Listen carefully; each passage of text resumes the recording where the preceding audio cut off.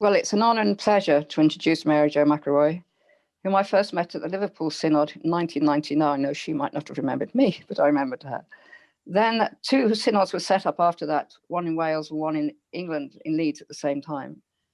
And the one in Wales was in Nodfa.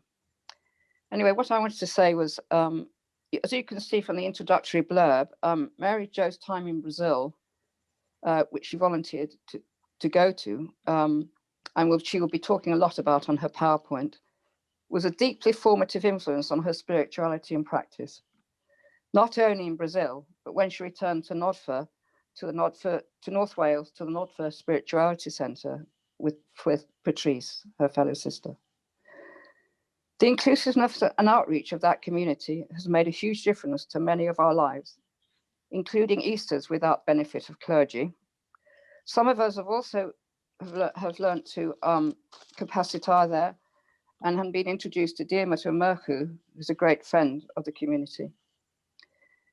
Again, as you can see from the blurb, Mary Jo is now leader of the international team of the Justice, Peace and Integrity and the integrity of creation of her own religious order. And I'd just like to say, Nodfa is also a very special place for those who are very needy, and that they welcome carers, they provide a lunch for carers, and are very much aware of people's needs locally as well.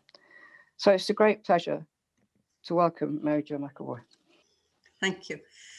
I'm just so aware of the experience of so many people here, and well, thank you for letting me share this, but I'm just aware of the very rich experience of all of you that are here. And I'm going to talk about the experience of church in Brazil. This is my experience. It's not a model for church, but it's where I felt that this is what church should be. People gathering together, sharing their faith, and believing that Christ united them in their struggle. And this is where I was. It was João Pessoa in the state of Paraíba in the northeast of Brazil. There's an experience, there's a hymn that people sang a lot, and it's Deus dos Peregrinos, and I'll just give a rough translation. It said, "We are the fighting pilgrim people, O God of pilgrims, God of the poor. Blessed are those who walk together with Christ as their guide. God freed his people from slavery in Egypt. Today he is here again, shouting for freedom." And that confidence of God being in the struggle with them in their campaigning for their rights is something I think we share. We have a conviction that the church that is represented by men, a church that has wealth, is not what Christ wanted. We are pilgrims on a journey, and Jesus is with us. That hymn was always sung by people in very difficult situations with hope and joy. And we need hope and joy to keep us going. Anger perhaps gets us going, but we need the hope to sustain us. So I'd like to share this hanging that we have in our chapel. It's from the basic Christian communities, the Sebis, in the Archdiocese of Paraíba, where we worked. And when Patrice and I were leaving to come to Wales, we said we didn't want any gifts, but the coordination of the Sebis, that were all lay people, gave us this. They decided what should be included, and one of them painted it within the outline of the diocese. If you can see just on the right-hand side, the line is the coastline, and there's just a very narrow strip of tall buildings. It's just very light. And that was where the rich people lived, those who had more money. And the rest shows us the realities of the life of the diocese, and we're going to look at that in more detail. This is the central part, and we see the roots of a tree, reminding us that they are the base communities, the roots of the church. The people are offering their fruits, which the fruits in the northeast grew easily and often kept them from hunger. And they always shared them with their neighbors. And you see, the Bible is central. You see can see the book with the light coming from it. It's the light that guides them that is shining from it. The study of the Bible was very important in the communities, and it was well organized by SEBI, the National Ecumenical Group that encouraged communities to study the Bible. They organized courses at diocesan level, and there were many groups at parish level. This gave the people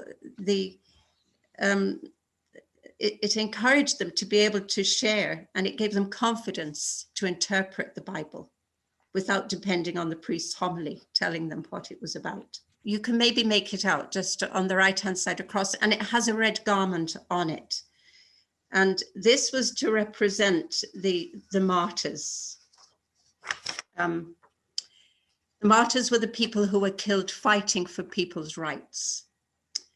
And when they gave us this, they said that the tree is chopped down. You can see that, I think. It doesn't flourish, that it's been sawn off, and then there's a branch coming out of it.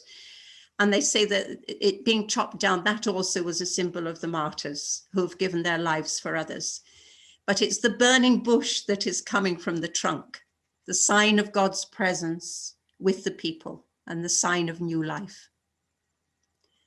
So that's very meaningful for us. That's the central part. But we go on to see the different realities of the diocese that are represented here. And the banner there says, queremos terra. It's, we want land, work, justice, and bread. These are people who've been put off their land by big landowners, and they're camping under black plastic while protesting their right to land, to work for their living.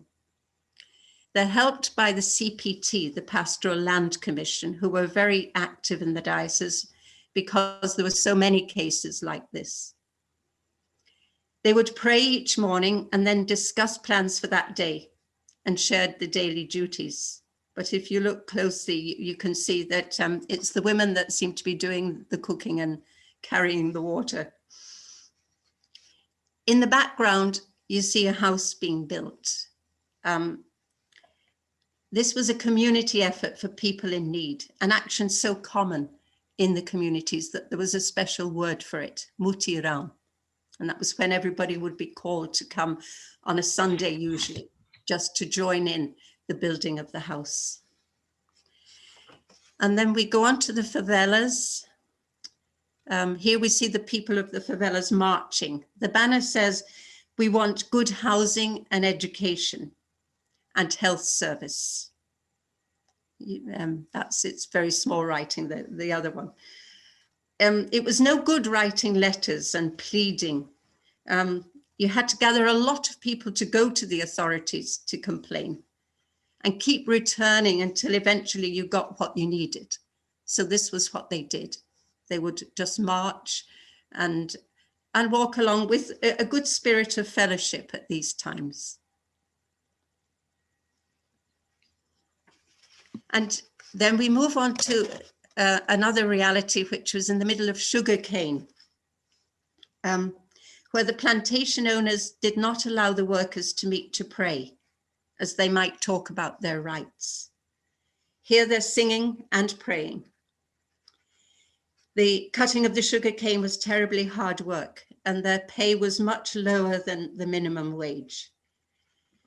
The owners of the sugar factories were hurt when priests decided not to say mass in their private chapels, and they said they were being cut off from the church. But they were told that the church had made an option for the poor, and they were invited to do their part in that. But most of them weren't converted. Now we go on to some photographs. This is the area where we lived, Rua do Rio, the River Street. You can see very poor infrastructure and no rubbish collection. Again, we go on to see the roads at close quarters. You can see no proper roads, no drains. Those who could afford it had septic tanks in their garden. Otherwise, the waste ran down the middle of the road. And so you see the planks across, so that's just so people can cross where the drainage was. So it was very, very poor, the infrastructure. And now we go on to see our community church. This is the community of Macaiba in River Street, and it's a more recent picture. So it's got a tower now and a very fancy kind of roof and front. It wasn't quite so good looking when we were there. But many of the same people are there with the same ideals. But there's not the same structure in the parish and the diocese that gave power and hope to these people who were in their struggle for a better life. But I'd just like to share some of the memories of this community and of what happened in that church. The picture reminds me a lot of colourful processions that went through the muddy streets.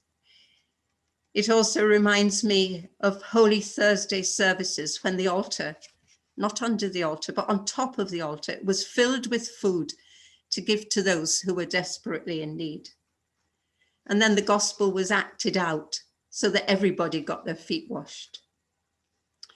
And then remembering Good Friday, when the church was so full that there was a queue outside of people who wanted to come in to kiss the cross, and then they went out again. On Easter Saturday, there was a big bonfire in front.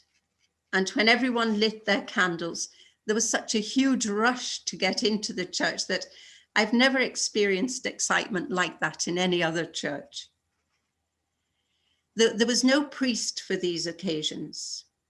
He was in the parish church and came once a month to say mass in this chapel. The weekly services were organized by the community, and perhaps not well organized. Sometimes it seemed a bit chaotic, and it could be so hot when it was full, and there were 2 fans, but no air conditioning. So it wasn't perhaps ideal, but they were wonderful. We as sisters didn't take the lead. We were asked to do certain things, but there were teams who took responsibility for the readings, the hymns, and organizing other features of the celebration. The homily would be started by one person, and then whoever wanted to share in the reflection came up to the front to speak. I learned more from those reflections by the people linking the gospel with the reality that they lived than from any homily I've heard given by priests. These people identified with the Exodus and the exile. They had suffered the same displacement and insecurity about where the next meal would come from. And in that suffering and experience, they'd learned how to share. At the end, then, there'd always be lots of notices given by various people, and they'd include invitations to help to build somebody's house, or to go as a group to the water board or the electricity board to ask for certain houses to be linked up to supplies. And if they were lucky at the water board, they'd get a tap in the garden. Then they had to do the piping to get the water into the house. But this invitation in the celebration would be linked to the readings and to the homily. It wasn't an add-on. The action was inspired by the word of God. It was an intrinsic part of their faith. And the actions were all part of the belief in building a new society that went on to political education and campaigns. And now we go to see 3 of the members of that community. Here are 2 of our friends, Socorro and Lourdinha, who are shelling beans ready for their lunch. Socorro was one of the leaders of the community, sharing at the celebrations, at the meetings of the community, and also organising house groups that would take part during Advent, Lent, and the month of May. And there we see in the background, Leandro, their nephew. He was part of the youth group. And when we went there first, there was a really strong youth group that met on a Sunday afternoon, twice a month, to sing and to chat and to study. And with them, we studied the documents from Puebla and Medellin, which interpreted Vatican II for Latin America. It was their initiative, and we learned so much from them. And they also had diocesan meetings of the PJMP, which could be translated as Youth from the Outskirts, which was a national movement of youth. We go on to see one of our neighbors. This is Lydia with Patrice. Patrice is the sister who was with me, but Lydia was our next door neighbor for a long time. This was taken when we were back for a visit, but she and her family still keep in touch through WhatsApp. They have very little, but they managed to have a phone with WhatsApp, and it's great to hear them. Just to look, this is Maria, whose work was selling ice lollies at the beach. And this is very typical. The beach was only a few miles from us, so people could sell things to people at the beach. Most of those who lived around us didn't have regular jobs, but as there were no benefits for the unemployed, they had to earn money in some way. Now, here are two literacy groups. 3 of our community were involved in this. Many of the older people didn't read or write. A lot had come from the interior. They'd had no schooling. People even would stop at the bus stop and say, I haven't got my glasses. Which bus is this coming? But the reality was they couldn't even read the numbers. So that was an important job. There were projects too for women, and we got funding from CAFOD and SCIAF and from Trócaire in Ireland. It helped to give women a certain independence, and that was so important. One year the Lenten campaign for the whole country was about the situation of women. And afterwards, some of the priests complained that we were encouraging women to leave their husbands. Some women did get the courage to leave an abusive situation, but it was very difficult for them always with no financial backup. So we go on to a celebration. This was the opening of an alternative health centre run by Mary Knoll Sisters. And you can just see in the front there in the center, the symbols on the floor and a candle. And people just sat on the floor or stood during the singing and sharing. These kinds of celebrations were very free, and there was always a simple but very deep sharing. And now we go to a photograph of our bishop, Dom José Maria Pires, Archbishop of Paraíba. He was the first Black bishop first Black priest to be made a bishop in Brazil. So people called him Dom Pelé, mainly from outside the diocese. In our diocese, he was always Dom José. But he's there at the center in a white shirt. And you'll notice he's carrying a stick instead of a crozier. And he said it wasn't to use in violence, but for self-defense, because it was a situation where people were put off their land, and he'd gone to celebrate Mass with them in Alagamar. And he celebrated Mass in front of the gunmen who were standing at the fence, stopping the people from returning to their land. On these occasions, there was always great unity among the pastoral agents and the sebis in the diocese. And on occasions like this, many people would come to give support by their presence. And the sebis, the basic Christian communities, was also a diocesan and national movement. Perhaps we could think of it as a Jesus movement. And it inspired political movements too, especially the PT, the Workers' Party, with Lula who eventually became president for 2 terms. But to talk a bit more about the diocese, it had a kind of synodal structure. There was a diocesan coordination whose members were elected in diocesan assembly. There were different sectors in the diocese for main concerns and priorities. And their actions were all linked to the diocese and representing the diocese. There was great unity. There was the Pastoral Land Commission that supported communities with land problems in the rural areas. And then I worked in the Human Rights Centre run by the diocese, which supported people with other legal problems when people had no access to lawyers. Often the solution had to be political rather than legal, and needed the support of the communities too. This was particularly necessary when people had occupied land and they were favelas, but the police would come sometimes with dogs to put them out, and sometimes with big tractors as well to bulldoze the houses. But on those occasions, people would come and give great support. There was also a group in the diocese who supported street children. And Patrice worked with a group that supported AIDS patients and their families, and also with Pastoral da Criança, a community-based organization that had groups supporting mothers with young children, giving orientation to improve health and nutrition.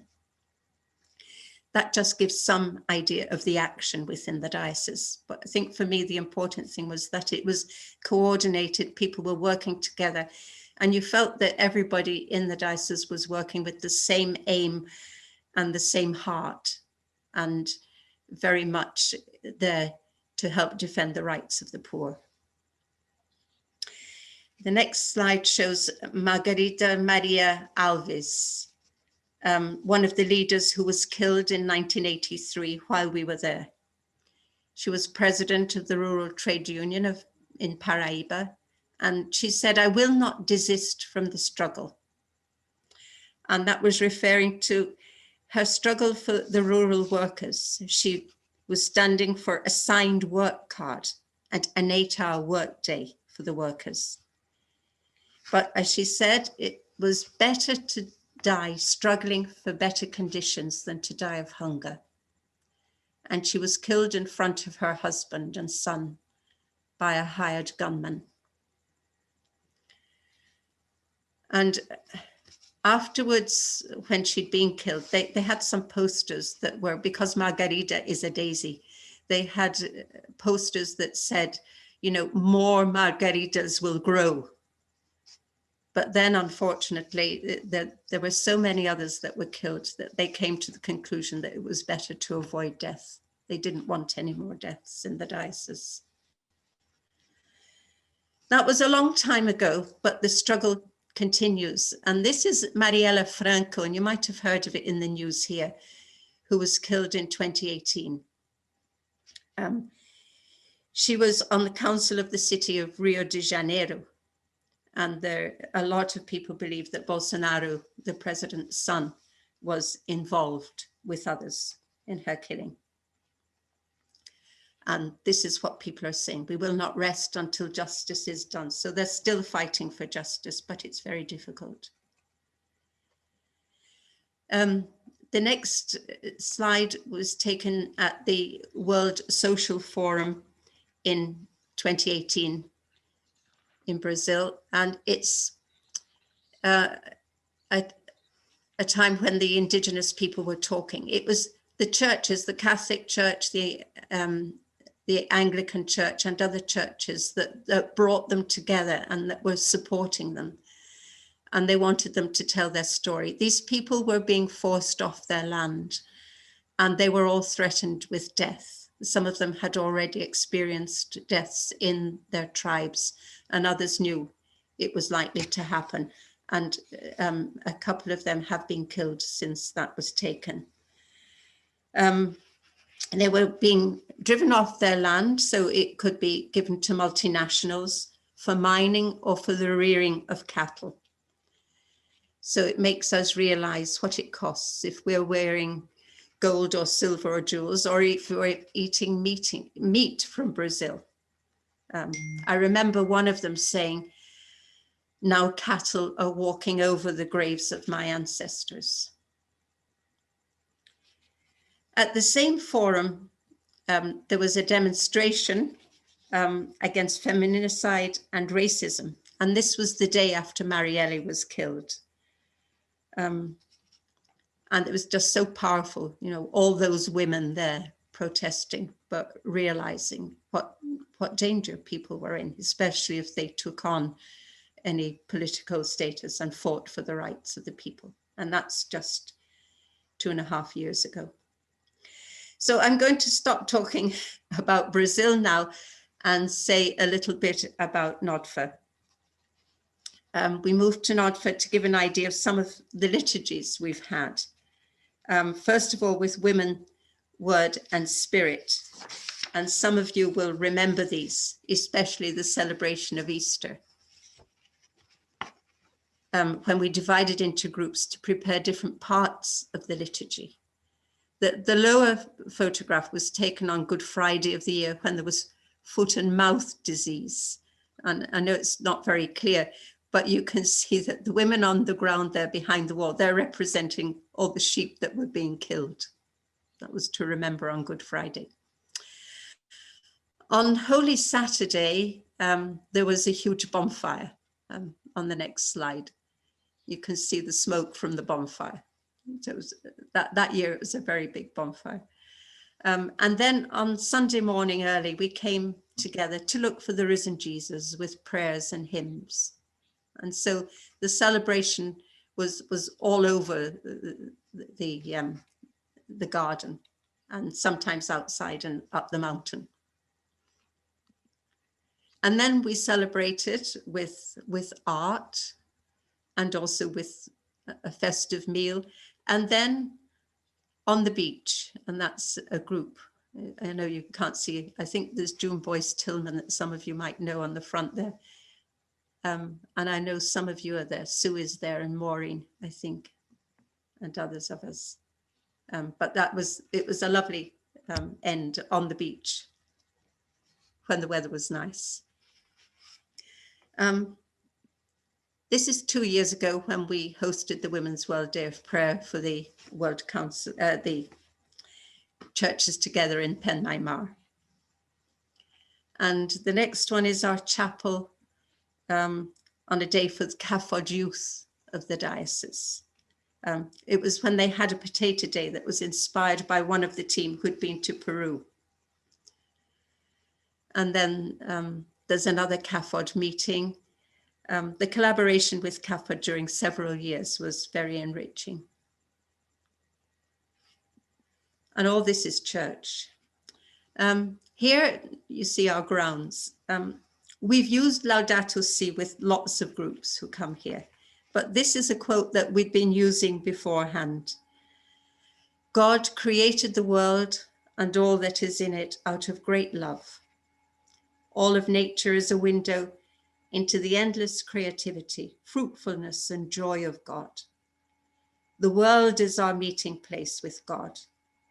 We are caretakers of our planet, living in the earth as our home, a home we share with many other beings loved by God. We're able to share the grounds with people, and you see our hens as well that are free to roam around the grounds.